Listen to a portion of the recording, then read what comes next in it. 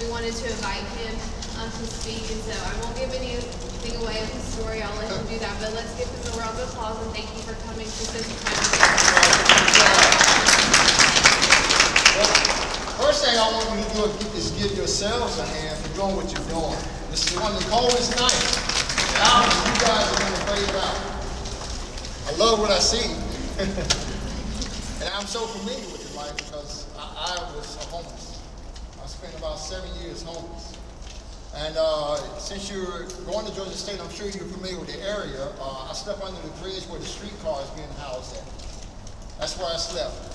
It was really emotional to come in here and actually see some boxes and cardboard and stuff. I have a little yellow bike I ride around and sell snacks on. I'm not sure if you've seen it. But I used to have, before it was yellow, I used to have the bike, and I would have my sheet over the bike and several blankets to keep warm. I can remember nights like this, and it's awesome that you guys are following through with what you're doing. And I saw several of you earlier today picking up paper and doing community service. That was so great. This is the kind of seed that you're planting in your mind and your spirit that's going to carry you a long way. Because understanding homelessness is key to your growth. You see people and a lot of attitudes about homeless people are they just lazy and they need to just get their act together. They need to stop doing drugs. They need to stop drinking and just get it right. I'm not going to support them. And that's America has a lot of people with attitudes like that because they don't understand. The homelessness comes about several ways. Homelessness comes about through choice. Homelessness comes about their mental health issues. A lot of people that are homeless have mental health issues, drug addiction, domestic violence. Some people become homeless because they're running away from a spouse that abused them. So they will go to a different city, different state. They don't want to be found, so they stay in the streets and they stay in the shelter. Rather than staying within a relationship and get beat and possibly killed. There are a lot of reasons, but I can tell you one thing. What you all are doing tonight is great. It's great because you're supporting homelessness. And you're actually going to help people. The more you support somebody that's homeless, the more you contribute to them overcoming homelessness. And I'm here to tell my story. I'm going to tell my story, but I just wanted to really thank you all for what you're doing. It's really touching. And I love you all for that. All right, so I'm going to start. First of all, I want to thank Skyler for inviting me out. Thank you all. And I got an outline here so I don't leave out anything. As I get excited, I might skip over some things. So number one, we're going to get into that. Give it thanks. And now what I want to do is get started with my story. First of all, I'm pretty much like you guys. I was a great student. I was in the honor roll. I went to Avondale High School. I graduated. I was going to go to the Air Force. I went to the University of Georgia. I went to the University of Georgia from 86 to 90. I majored in journalism. I DJ'd at the radio station. I put a record out called Live the Dream while I was in school. I became, very popular in school to the point where I was signing autographs, doing shows. I opened up for De La Soul. I did all the great things. I DJ'd at the clubs and at the radio station. They would have contests at the radio station, win a date with Benji K. That was my name at the time, Benji K. So very popular. And I would tell pieces of the story. This lady is doing the filming. I met her at University of Georgia, and we dated for about 3 years while I was there. Well, I felt like I got so popular in the music, I decided to leave school and come to Atlanta so I could blow up as a rapper. So the first mistake I made was I quit school. And I only had a year and a half left before I had my degree. So what happened is that I said, you know what, I'm going to blow up. I'm going to go to Atlanta and blow up in the music. I'm going to put a record out and make millions. So I stopped what I was working on and I came to Atlanta. I came to Atlanta and Atlanta did not know Benji K. They did not care to know Benji K. So it was rare I came to Atlanta and fell in the music business. So, I worked and I left while I was in school, by the way. While I was in school, I've always been a very industrious person. When I was in school, I worked 4 in the morning to 8 at UPS, 9 to 1 at Bojangles Chicken. I go to school from 2 to 5. And I work at McDonald's from 6 to 10. I pretty much had to pay my way through school. And I ended up working 4 jobs at DuPont on the weekends, DJ DJ at the radio station from 10 to 12 on Tuesday, 10 to 1 at the club on Wednesday. Still get back up and go to UPS from 4 to 8. Always the very energetic, always the hard-working type guy. Came home, I left all them jobs at the time. I quit all the jobs. I'm coming to Atlanta to be a famous rapper, you know. And I came to Atlanta and didn't become that. And I got a job with DeKalb County. I quit that to go in business with a friend of mine who was a real estate broker. We started a company called Atlanta Social Network. It was a dating service, actually, before the internet became popular. Well, mail order was our business. We would have people becoming members by mail, so you can just open the mail and I had checks in the mail, you know. That business was very successful. I ended up moving to Buckhead, which is up in North Atlanta. You know, I bought a condo out of Buckhead. Now this is 1992.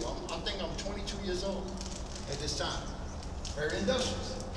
About a year later, the internet is coming around, the business reached its market peak, and the business went down. I wanted to stay in Buckhead. I didn't want to go back to Bankhead. I didn't want to be the fag in the family from Buckhead to Bankhead. So what I did, I got this crazy idea that I'm going to stay out there and I'm going to sell drugs. So I decided to, I think I discovered that idea. I was doing music still, and the guy I was producing at the time was a big-time drug dealer in Decatur. So one night, somebody was trying to sell me a watch while I was walking around in Buckhead thinking about, man, I can't believe the business is so bad. And somebody says, hey, you want to buy a watch for $10? And I said, man, is there a lot of people like you out here? He's like, yeah, it's a house full. I said, man, if I got some stuff and I went to that house, would they buy it? He said, yeah. So I went back to the guy I was producing, and he says, man, you sure you want to do this? He says, man, because you're doing good. You're too smart for this. I said, yeah, man, I want to sell. I need to make some money. So I started selling drugs. I'm responsible. I put the first crack house in Buckhead. 1993, I put an actual crack house in Buckhead. And that stayed up for maybe about 3 months before they kicked my door in.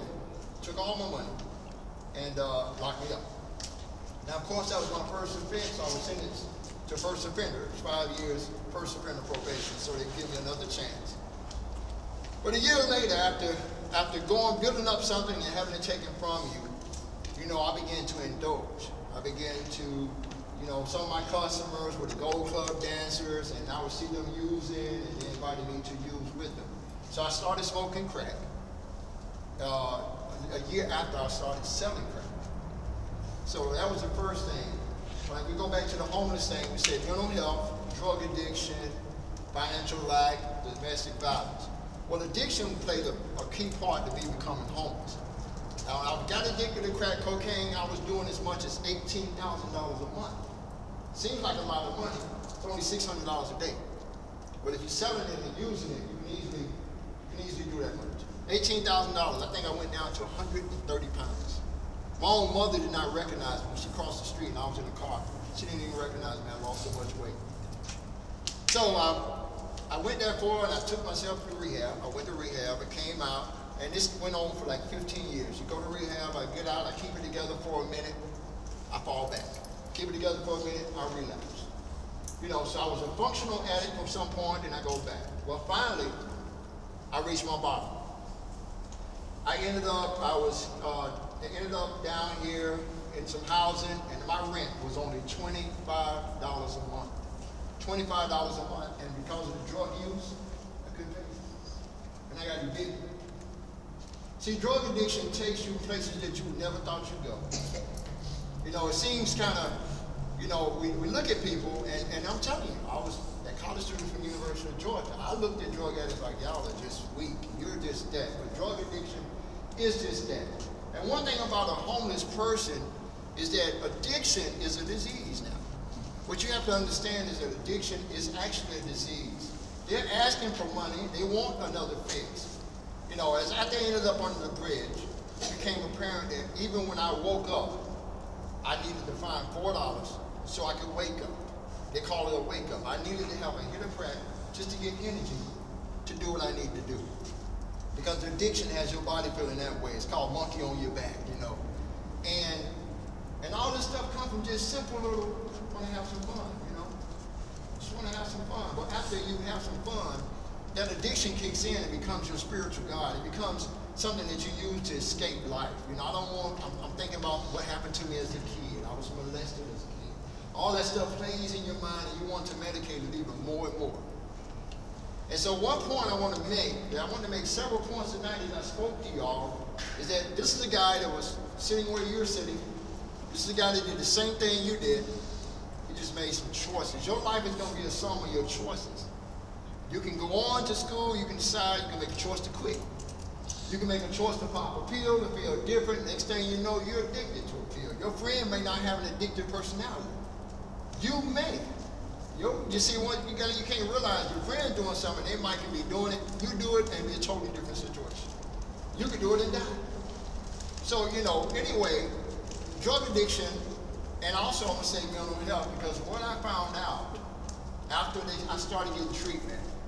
Now I was under the bridge. I'm gonna back up a little bit. I want to tell y'all this story as well. I worked in the labor pools so that I could make $40, $50 a day to support my hat. And I had an injury. This is another testimony that I give people a lot of times. I actually used to be in a wheelchair. I used to work on a garbage truck, and the guy bagged me, he was backing up, and I was on the back of the garbage truck. He didn't see, it was 3 dump trucks, he only saw 2, and bagged me into the third. Crushed all this. I felt my bones crack, and all my bowels released. I just passed out. And the therapy says all we do is show you how to get in a wheelchair. You might not have noticed my walk, but this leg is a little shorter than this leg. So, the therapy was just putting me in a wheelchair. So 6 months later, I got myself up out of that wheelchair, by the grace. You know, still that industrial entrepreneur.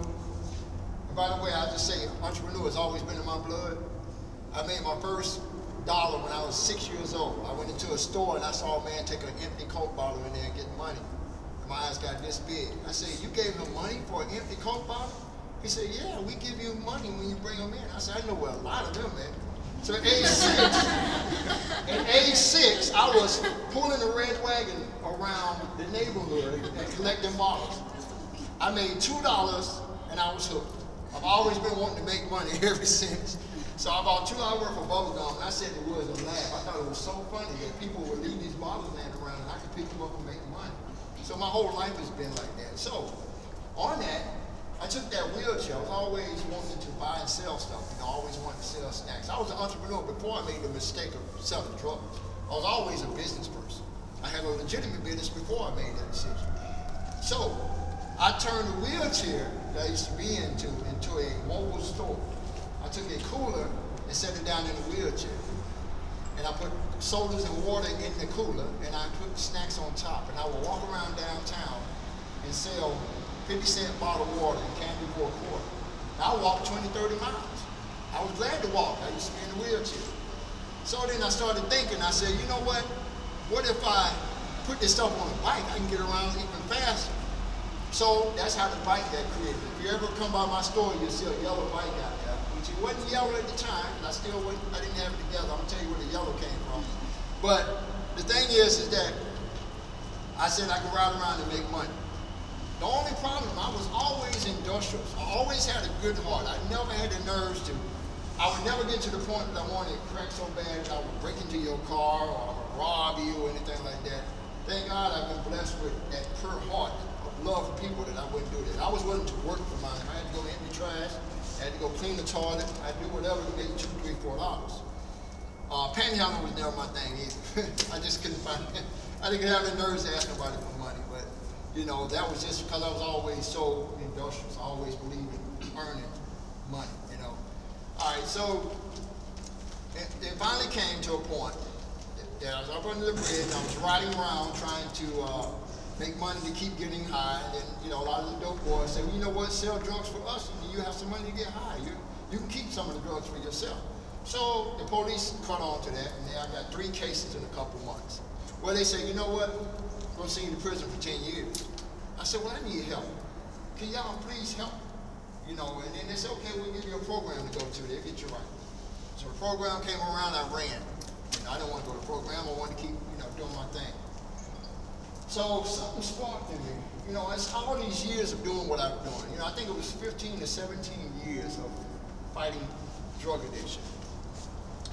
And so I prayed, and I decided, I said, you know what? Everybody's saying, man, you're too smart, you're intelligent, you need to do this. So I decided it was time to win. So by the time they did catch up with me, because they had a warrant for my arrest, I said, you know what? I was ready anyway. I was ready to turn things around. And from that point on, that day they arrested me, I never looked back at the drug addiction. I reached out for help. I got treated for mental health, depression. Didn't know that I had a major depression disorder. See, I would go through the rehabs and get clean, but I wouldn't have the mental health part of treatment. I was still, didn't know I was depressed because I had been molested at age 6 by a man. You know, I was wandering in the woods looking for bottles and ended up getting molested by a neighbor because I was in his backyard. See, that kind of stuff I held on to. And then I didn't know why every time I lit that pipe, what I was trying to erase. So if anything happened to you when you was a kid, before you start indulging, that stuff will stick. Once you start indulging, it'll be you wanting to erase it. And for some reason, I'm led to say, if something ever happened to you as a kid, get counseling about it. So you can keep your path going. You're planting great seeds. I love this. I love it. Because you're being, see, I was great in school and very energetic, getting drunk all the time. You know, I was the people's person. I never took time out for humanity, you know, to do something like this. And thank God, and so my attitude was not the same when I was y'all age. My attitude was like, man, they're lazy, man. They need to get themselves together. You'll never see me like that. Knock on wood, right? So, at that point, when I got help from my addiction, I went through that program, energetic. I wanted to learn everything about addiction I could. And as a result of going to get help, I got ahead and I overcame addiction. Not only did I overcome addiction, I went back to speak at the program. I enrolled in school.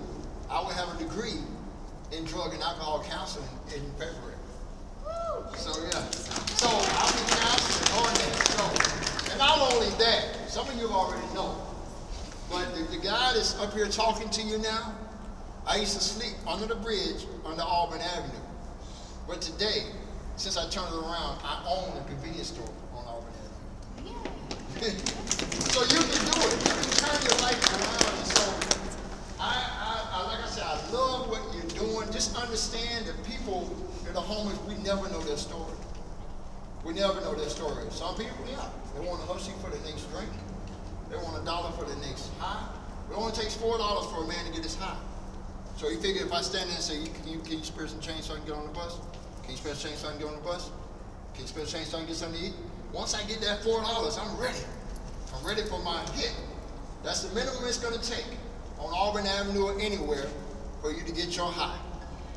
So, do we say no to them when they ask for the money? Well, you have to use discernment. Some people really do want money to get something to eat. I don't know what people recommend for you. You have to let your spirit be your guide at certain points. If somebody's hungry, if you're near a store, maybe you can go in and buy the snack for them. You know, it's not recommended to give money. Some people, you never know what kind of shape they're in. You go to get your wallet, they may snatch your wallet. You never know what situation you're in. I've seen a lot of things. Phones get snatched, you know, because you can get a quick $40 for a phone nowadays. They got places downtown, you carry the phone in there, no questions asked. They hand you $40 to $80. If anybody asks you to use your phone downtown, say no.